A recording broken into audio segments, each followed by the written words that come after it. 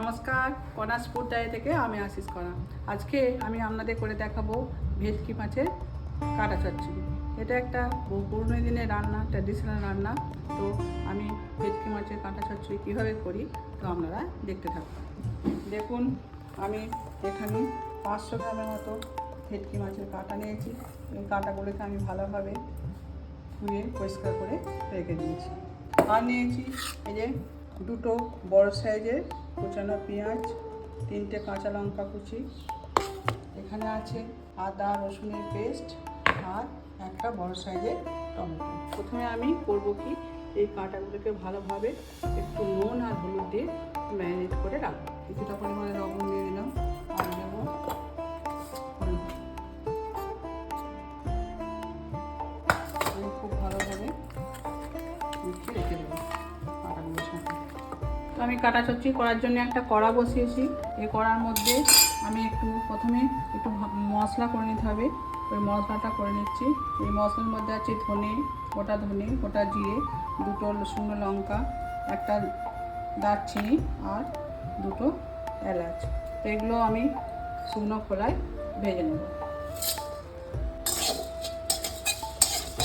এখন আমার মশলাটা ভেজে নিয়েছি, ভাজা হয়ে গেছে। এরপর আমি করবো, এখানে ভেটকি মাছের কাটাগুলো ভেজে নেবো। তার জন্যে বেশ কিছুটা সর্ষের তেল আমি কড়ার মধ্যে দিলাম।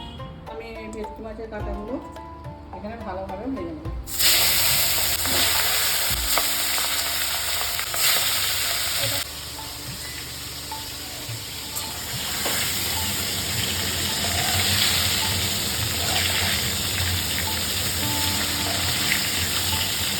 দেখুন, মাছের কাঁটাগুলো ভাজা হয়ে গেছে। আমি এরকমভাবে লাল লাল করে ভেজে নিয়েছি।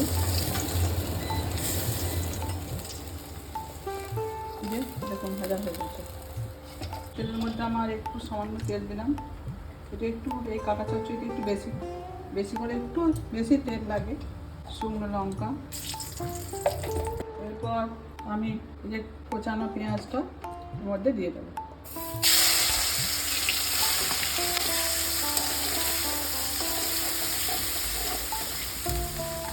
এর সঙ্গে লঙ্কাটাও দিয়ে দিচ্ছি।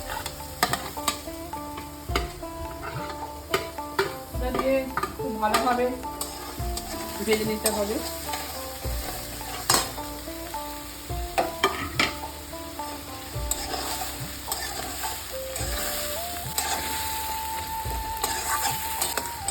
পেঁয়াজটা বেশ ভালোভাবে ভাজা হয়ে গেছে, অনেকটা লাল লাল হয়েছে। এরপর এর মধ্যে দিয়ে দেবো স্লাইস করে যে টমেটোটা রেখেছিলাম, সেটা আবার দিয়ে দেবো।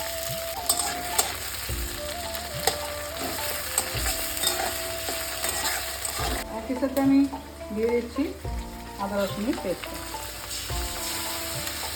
আর সেরকম কিছু মশলা এর মধ্যে হবে না।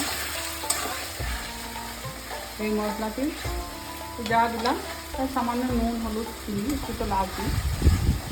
এটা দিয়ে আমি তৈরি করবো ভেটকি মাছের কাঁটা চচ্চড়ি।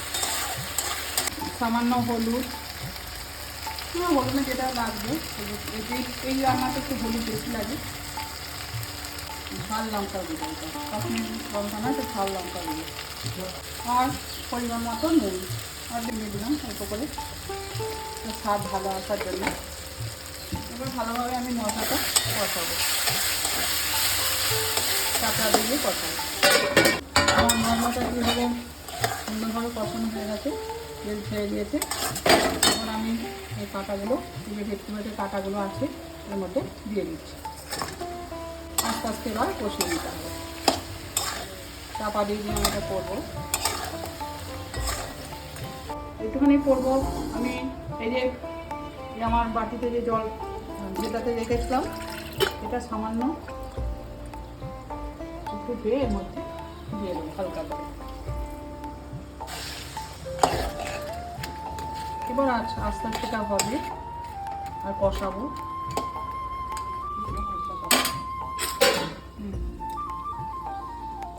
দেখুন, এবার আমি ঢাকনাটা খুলছি।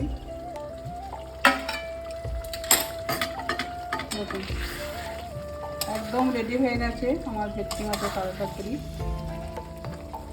আমি এখান থেকে যে তেলটা আর জল বের হয়েছে পেঁয়াজ থেকে সেটাতেই এই চচ্চড়িটা হয়ে গেছে, আলাদা করে আমাকে কোনো জল দিতে হয়নি। এরপর আমি করব যে ভাজা মশলাটা আমি করে রেখেছিলাম, প্রথমেই দেখিয়েছিলাম আপনাদের, সেই মশলাটা এর মধ্যে দিয়ে দেবো। এই মশলাটা মিশে গেলেই আমার ভেটকি মাছের কাটা চচ্চড়ি রেডি।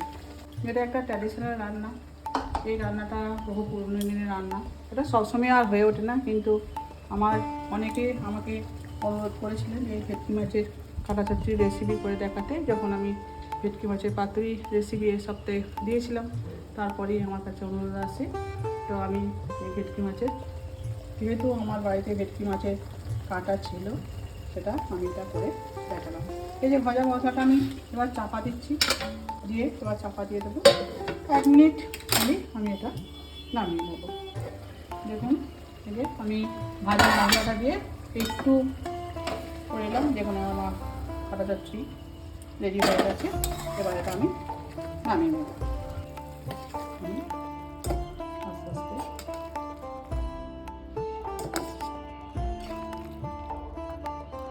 কোনো সময় যদি বাড়িতে ভেটকি মাছ থাকে, এই মাছ একটু কাটা থাকে, তো এরকম পদ্ধতিতে আপনারা করে দেখতে পারেন।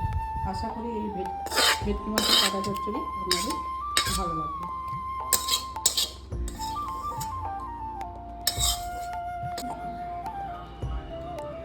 দেখুন এই যে আমি ভেটকি মাছের কাটা চচ্চড়ি হয়ে গেছে, আমি এটা তুলে নিয়েছি। তো আপনারা সবাই বাড়িতে একবার আমি যেভাবে করলাম এই পদ্ধতিতে করে দেখবেন। আশা করছি আপনাদের এই রান্নাটা ভালো লাগবে। যদি ভালো লাগে আমার এই রান্নাটা, সবাই আমাকে কেমন লাগলো কমেন্ট করে জানাবেন। আর আমাকে সবাই লাইক, শেয়ার, সাবস্ক্রাইব করবেন। সবাই ভালো থাকবেন, সুস্থ থাকবেন। নমস্কার।